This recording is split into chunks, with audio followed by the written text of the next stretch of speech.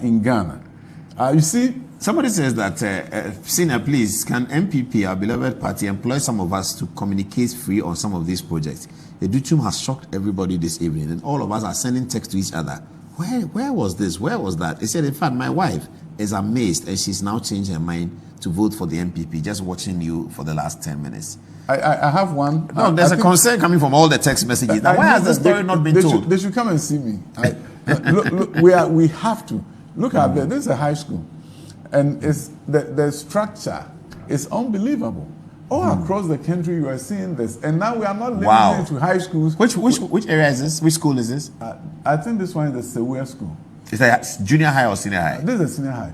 And the fascinating thing is that we are not leaving the whole progress to senior high schools. We're also lifting junior high schools up. We are lifting primary schools up. I took a visit to Asim Boys, a surprise visit, and I went to Asim Boys. Interestingly, the school had been abandoned. In that school, I had only 5 students in the class. The middle class have left the public school.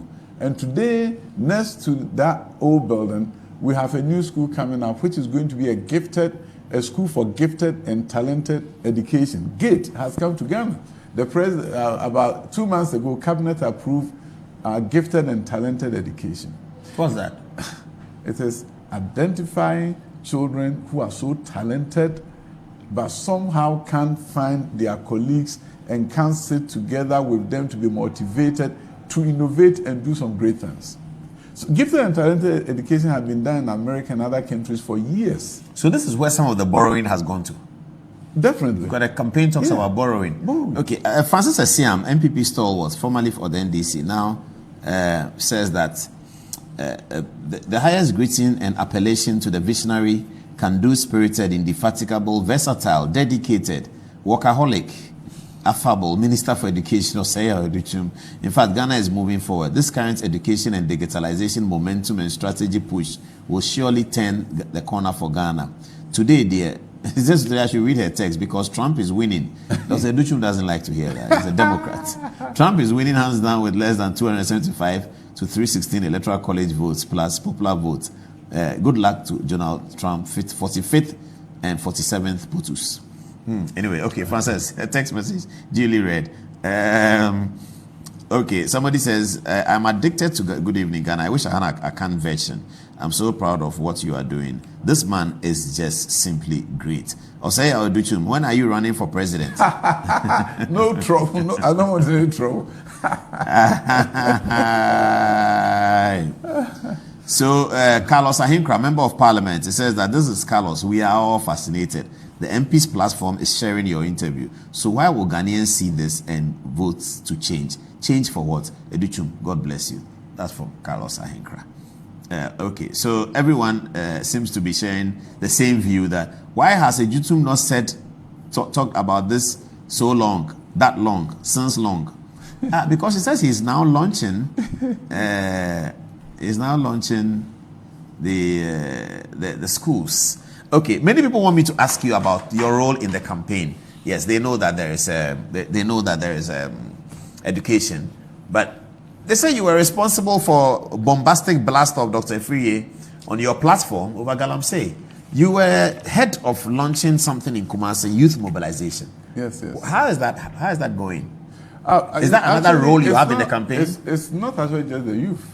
We are reaching out to different groups of people and talking about education and getting people to understand. You see, most of the time, if you're going to meet with medical doctors, you get another medical doctor to go and talk to them about their profession as it relates to your manifesto. But medical doctors have families to raise. And I think they should be interested in public education and how providing quality education for them will enable them to take care of their children and also be able to serve the country better. So if you look at what happened in Kumasi, on Monday, we met with clergy. 3,000 of them drawn from the entire region. Is that the clergy? The clergy. And they came in their numbers. Clergy based in Kumasi? Accra, the whole Ashanti region. 3,000 of them? 3,000 of them. What were you telling them? we were telling them the story of education transformation in Ghana. It's about 2 to 3 hours, showing them the images, explaining to them what is going on, why we are interested in gifted and talented education, why we are upgrading our junior high schools, and why community village schools should be transformed. So we had a very nice time with the clergy. Reverend Christy Boateng mobilized for us. We came in and spent a very good time with them. When we finished, people were not leaving. Wow. The Reverend was telling me it was just like a revival. They were touched. And they were saying to themselves, this is a new Ghana. This is the Ghana we have been dreaming of for many years when we talk about we need to have science to humanities ratio of 60 to 40. But we did not look at the pipeline for producing the 60 to 40 humanities at the universities. How do you get 60% science at the universities when the high school, the junior high school, the primary school is not promoting science and not promoting STEM? In fact, I did a presentation at Columbia University in the United States about a month ago. They were amazed. In New York? They were shocked. In the U.S. Columbia in New York? Columbia in New York. They were shocked. In fact, they gave Ghana a standing ovation at the end. They said to me, Ghana has found the blueprint for African education transformation. We have good children in Africa. Everywhere you go, whether it's Ghana, Nigeria, you enter a classroom, students will just stand up, and if you don't tell them to sit, they won't sit. And yet, you go to conferences upon conferences around the world, and they talk about African education crisis. And I don't seem to get it. That if there was going to be education crisis, it shouldn't be in Africa. Our children are so good.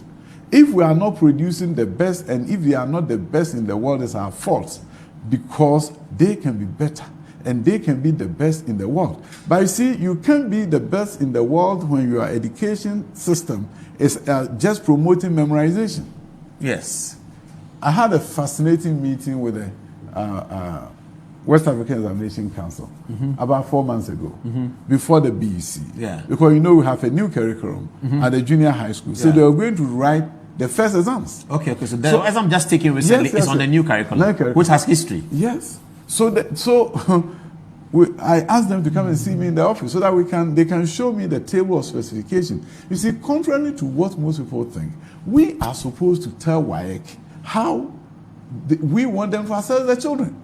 Okay. Why should not be dictating to us? Based on our needs and based on what we want the children to know. To know. Yeah. So if you want critical thinkers in Ghana, how do you allow WAEC to do an examination system that has over 50% at the lowest level of learning, which is remembering? Memorization. We have 6 levels of learning. Remembering is the first and the lowest. If you want critical thinkers, you run away from memorization. There's something called the New Bloom's taxonomy. So if you look here, remember is the lowest. The New Bloom's taxonomy. This is how teachers are trained to write their lessons so that children become critical thinkers. You see, many years ago in Ghana, you go to the sixth form and you did logic and reasoning. Yes. As a course, because they wanted you to think. Yes. Then we took it away. But in America, they did not do it as a separate course, but every subject is supposed to have critical thinking. As part of it. As part of it. So we borrowed the American system, took away the logic and reasoning, no O-level and A-level, but we did not ensure that we have critical thinking embedded in the coursework in our exams. So you see, remember, understand, apply, analyze, evaluate, create is the highest level of learning. And that's why I believe visual artists are the best and brightest students we have. So it's remember. Yes. That's basic. The basic. Understand, next level. Yes, apply. Those of us who couldn't remember were using understanding. So if you are not there, you are in trouble. Apply. Apply you are moving up. That's complicated. Analyze, evaluate, and create. That's where the issue is. At the university level, it should all be create, especially for arts students. So what is happening? They came and met with me. They showed me the table of specifications for a certain course. 20 out of the 40 questions were on remember. Wow. Another 10 was on understand. Another 10, the last one was on apply. Analyze, evaluate, create was not there. So they didn't have any questions that is testing the students' capacity to analyze, and create, to evaluate, and to create. So I told them, and I made a comment that I'm sorry, but the tail is wagging the dog here. You are determining the leaders of this country in the future. We are determining the kind of children we are raising in Ghana, and no. So they went back and they came back with another table of education. At least 40% of the questions were on 4, 5, and 6. So people will tell you the exams was difficult. But this was 4, 5, and 6 what? Apply, analyze, create, evaluate, and create. Yeah, analyze, evaluate, and create was out. And it was added. Wow. So at the end of the day, it's not just quality infrastructure and not just the fact that the children are going to school, but who they become is first and foremost the most critical thing we need to do. And we can't have an examination regime that focuses on remember, understand. Because people think that you design your curriculum, you do instruction, and then you assess. So they say, oh, the test comes last. But it's not the case. Teachers, if we did not change these questions, were not, the next year, they were not going to teach at the highest level possible. They were going to sanitize the curriculum. I don't know whether you've seen this report, but when you come on TV, people send me, Business Insider Africa, top 10 African countries with the highest quality of education. Ghana is second, 84.5%. Tunisia is first, 93.1%. Have you seen that report? I haven't seen this. It's just coming in now. I'm not surprised, and we'll get to one. It's 31st October. We'll get to one. So Ghana is now second. Namibia is third. Mauritius 4th. Togo 5. Cape Verde, Morocco, South Africa. But Ghana is second on 84.5. That's impressive. We will get there and we'll be the best. Now, TV transformation is outstanding. You go to Brewer on Cape Coast Road, and the town will tell you the place has changed because we revamped the Brewer school, MVTI, and now it's a technical institute, equipment, everything is there. This Enyinam in the eastern region, and they have this new TV school. Everything that you want to see in a TV school anywhere in the world is here at Enyinam. 10 key projects built by Italians, paid for by government, with everything that you need to have. Wow. A number of TV schools, even in East Legon, there's a TV school right behind the Accra STEM Academy. It's Accra Applied Technology Institute, a new TV school with everything that you want to see. The next level of conversation, people wanted me to ask you, I don't know that I have time, we don't have time for that today, was to say that all these people that you are training, where are you easing them into? You see, when the Frank Berra talk about creating 1 million IT jobs, right? Some people don't understand. But if you have students doing coding at different levels, these are students that you can easily prepare, not just to work in Ghana, but stay in Ghana and work for companies abroad. I had a great meeting with Cisco, the idea of networking. Huawei is challenging them a bit, and they are the network. They are the giants of networking. The giants of networking, and they train the next generation. Now they want to come to Ghana. Oh, I see. Cisco set up in Ghana to train. To train. And we'll start from the high schools and technical schools, train Cisco certified network engineers at the lower level. By the time they finish high school, they are working. They can work remotely for a number of companies. That's what Indians are doing. So these days, it's not about, the industry is not growing that fast, therefore don't speed up. It depends upon the courses that you are offering in high school and beyond. You see, we've created a high school system where we think everything is about preparation for college. And that we are not giving them the skills that will enable them to work. You rarely see a high school student walking into your office. It used to be CV with the old system. They go to banks. Yes. They go to police, the military. And they have a skill. Yeah. They write well. And that is why today, as I speak with you, we've introduced an intervention course that if you come to a high school and you can't write well, you're going to take 2 English classes the first year. One is going to teach you how to write and write well before you move on to the second year and the third year. So the bottom line is this. We have identified gaps in our education system. We're saying to ourselves, if we're going to create a more robust economy, lay a strong foundation so that the economy doesn't just get shocked and before you know you are begging the IMF, then we have to take a look at the education system and look at how do you create an education system that brings about innovation. That's why I'm super excited to see UMass and Pentecost University offering engineering coursework to students who did not do science but did visual arts, for example. Oh, they've started? Oh, yes, they've started. They went to level 300. And UMass Vice Chancellor will tell you that they are doing better than those who did science. I see. You see, a visual artist can look at you and draw you. Engineering came from art. And then when you do engineering drawing. But the person who can draw is not being supported and helped to become an engineer. So who are engineers? When those who can innovate and look at you, draw you, cannot design bridges. And it's those who can memorize and calculate equations. So then you're going to have an engineering that doesn't innovate. And that's the story of Ghana. We've been saying it all the time, that our engineers they can't build anything. They only build traffic lights. After 20 years of shouting, they started building traffic lights. So now because we are not bringing in the creatives. They are not in. So we are not saying lower the standard, but what we are saying is simple. They come in, they didn't do physics and chemistry, which is important for engineering. You are giving them 1 year intensive physics, chemistry, and math. So you see, if you look at it, if they did science, biology, chemistry, and physics in 3 years, together with 4 other courses. So if they come and do only science by itself for 1 year, it is just as those who did the science for 3 years in addition to other courses. Because when they are doing the pre-engineering, they are not doing any other subject. They've already passed that.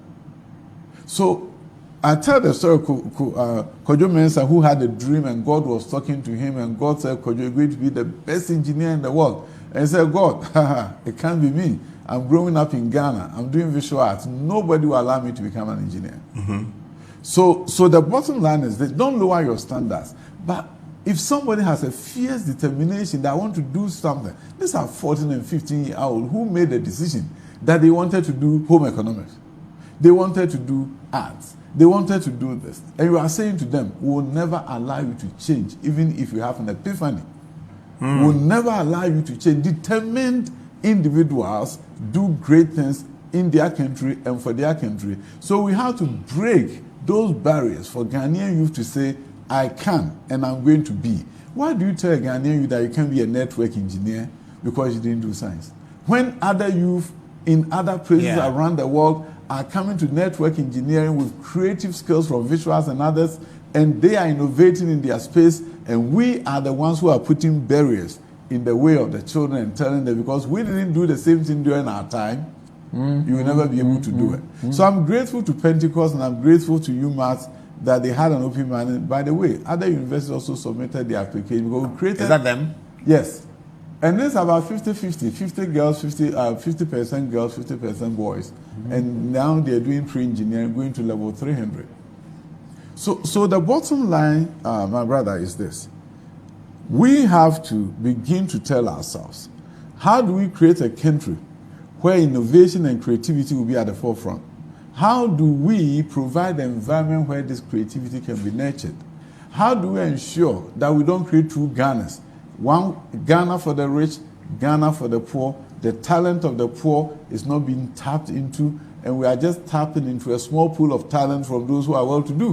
When all your medical doctors and engineers are coming from our background, our children from our homes, what happens to those in the villages who are also equally talented and probably more resilient? They go outside and walk around and come home to sleep at night. Our children are home. We are protecting them. And these resilient children don't have the opportunity to become engineers and medical doctors because they happen to be in the rural areas. They never saw a beaker at the junior high school, and they don't do well on the science enough to be allowed to do. The line of text messages now says that when is Adutwum coming again? He has to come every week before the election. I'm available. You see, these are the new courses we are doing in high school. Some people say that the minister has forgotten about one of his biggest achievements, the Creative Arts School in Kumasi. Tell him to talk about it. Oh, yes, it's coming. And we are doing phase 1 opening first year. And actually, this is a school where we are recruiting students from around the country. Next week, the headmaster will hit the road and do audition across the country to get a talent to come there from all the regions of Ghana, and they are coming to Kumasi. And these young men and women are going to really upgrade our creative space and make sure that we improve whatever we're doing, the creative aspect is a very important aspect of what we should be doing. And that's why I'm so happy that now we are not just doing visual arts, we're also doing performing arts in high school. Because it doesn't make sense. Performing arts in high school, so you can get people At the beginning of this interview, I interviewed some young men who do skits and all those things. Yeah. So you're going to start getting that kind of quality straight from high school. And these are individuals who would then say, I want to go to the university and do more. And by the way, they also do science in addition to the creative arts. So just like I said, that we don't need you don't need integrated science. That's your pathway. You can add your creative arts and do it for 3 years as a science student. Because you see, sci-fi so as SHS, yes, then you're doing creative arts. Yes. And then those who want to do creative arts would then add music and other things to the one creative arts course that they're going to be doing, performing arts that they're going to be doing. But there's so much happening in Ghana in the education space. It's really, really putting us in a space where in the next few years, edutourism will be on the increase. Even now, about a month ago, I had Tanzania coming, I had Liberia coming, wow. They all were coming to come and see what we have done in Ghana and how we can support them to do same.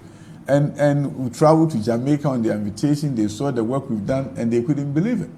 But you see, the free senior high school that people sometimes say, oh, it's bad and we haven't done this. And there are others who are saying, I'm coming to review. What are you going to be reviewing? Reviewing for me means that you're going to make sure every child is coming and they are not left behind. Let me show you a graph. And it's a fascinating story of what is going on in Ghana. Transition from junior high to high school, Northern region is the highest. Transition from junior to senior high. For every 100 students who qualify to go to high school in the North, 95% last year reported. And they report early on. 95? Out of 100. Wow. Go to high school from the Northern region. From junior high? From junior high to high school. Okay, that's a graph you have yes. there. Northeast and Savannah is 94%. And Upper East is 92%. Upper West is 89%. That's the lowest in the North. But the lowest in the North is higher than any rate in the South. I see. Volta region is 76%. Wow. Central is about 78%. I see. And now, when you hear the president talking about, let me have the free secondary education bill, some people don't understand that part of the bill is the free compulsory universal secondary education as a provision in it. Somebody says, where can all these updates be seen? Can't Dr. Adutwum put it on some page? Paul, create a TikTok page for him and keep loading the way you do it on your page so that Dr. Adutwum can have it. To work. Yes. So if you look at what is going on, 10 years from now, 20 years from now, if there's a review about secondary, it should be how we improve the numbers for those regions that are not showing. That is what we should be doing. Talking about it has not been. Another person says, Dr. Adutwum shows that a person does not have to be at the very top to make such a powerful, powerful change. We thank Nanado for scouting him and pulling him out of Los Angeles. Okay. So Opokwari is the story. Yes. What's Opokwari's story? Being converted to a smart school. Classrooms are changing. They have their tablets. And a number of schools have their tablets, but they will have 500,000. Oh, the tablets you were distributing is gone? Yes. To SSS people? Yes. 500,000 is almost gone now. Wow. And we are looking forward to the next phase. But this is a classroom at Opokwari. You see the smart board there. And our goal, we are working on getting... Is this a laboratory or a classroom? This is a classroom. And everybody's holding a laptop? Yes. Everyone. It's one-to-one. Oh, so that's how they learn in school these days? Yes. In Ghana? In Ghana. This is where we are going. Wow. One-to-one learning. Free. Learning management. Do they have internet connectivity? No, they do. Free? Yes. We are now really revamping it to the extent that it will be campus-wide. For the internet? Internet. So anywhere you are, you can Anywhere you are, you can. So you look at this, and these are the students at the Opokwari. The campus is changing. 15 classrooms are going to be getting smart boards. And in fact, teachers are going to have their classrooms, and students will go to them.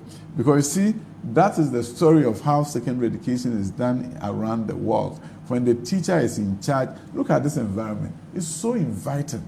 If my classrooms look like this, learning will be different. Yes, it will be. So that is where we are heading, that classrooms become different. And that you have the creation. And that's what is done around the world in secondary education. In developed countries, when you enter a classroom, it's the teacher's classroom. Decorated, projector is there ready to teach. The child sits down and hear the teacher. It's not the other way around where students are sitting in the classroom waiting for the teacher. I visited Osu Presec about 8 months ago, thereabout, and look at the classroom. The inscription on the wall are even for a mission school. You look at what will have been written on the wall. No, we're looking for. Do you have a photograph of that? Osu Presec. Cameron, do you have to go there? I went there and I saw it and I said to myself, something needs to change. At Osu Presec? Osu Presec. Wow. And other schools have similar situations. Students are seated in the classroom waiting for the teacher. No, the teacher should be. Look at the environment here. Yeah, this is the Osu Presec. Osu Presec. But inside the classroom, it was worse. Inscriptions on the wall, Kiba, Biba, something was here some. Oh, those things in the classroom. Oh, but that's not bad. No. But when we Presec, we used to write. But do you have Zaragoza was here some. Do you have that on the? This is an inviting environment. No, but that was in dormitories, not in the classrooms. This is the classroom. Rasta P was here some. Rasta P and written on the wall, and someone had bad boys. Someone had written "the smoke till death." Can you imagine? Had written what? Kiba Biba was here, and at somewhere it was smoke till death. Smoke till death. Death. So you asked the class to paint those things away? Of course. But they are motivational, you know. Now we changed the entire environment. One classroom block inside and outside is all changed. I see. Because it doesn't have to be that way, and teachers are super excited. Oh, as for the writing, the environment is beautiful. And by the way, we sent a facility manager. This Osu Presec? Yeah. The new Osu Presec? Oh, wow. It can be done. At the same place where it is? Yeah. It can be done. No doubt about it. It can be done. Oh, I see. It can be done, and we should do it. So the classroom inside and outside, everything is there. But the good news is that just 2 weeks ago, we hired 50 facility managers, and more are coming. Every school must have a plant manager, somebody in charge of maintenance, making sure that everything works. And then we have to get fund budgeting for maintenance so that you can maintain the facility and make the environment so good and nice that children can't wait to get into their classroom. That is the new. Look, let me take text. It's now 11:30. Let me take text messages. Okay, so is Antoinette first? Anziba first. Okay, Anziba, what are people saying?